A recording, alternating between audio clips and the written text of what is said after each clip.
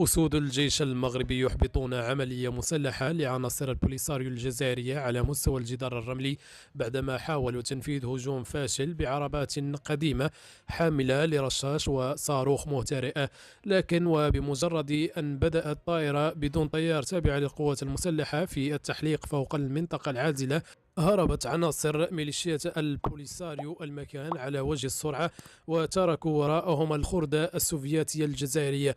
نظام العسكر الجزائري أمر ميليشيات البوليساريو بالدخول إلى المنطقة العازلة وتنفيذ هجمات على الجدار العازل، ظنا منهم بأن عناصر الجيش المغربي منشغلين بزلزال الحوزة ولن يقوموا بكشفهم.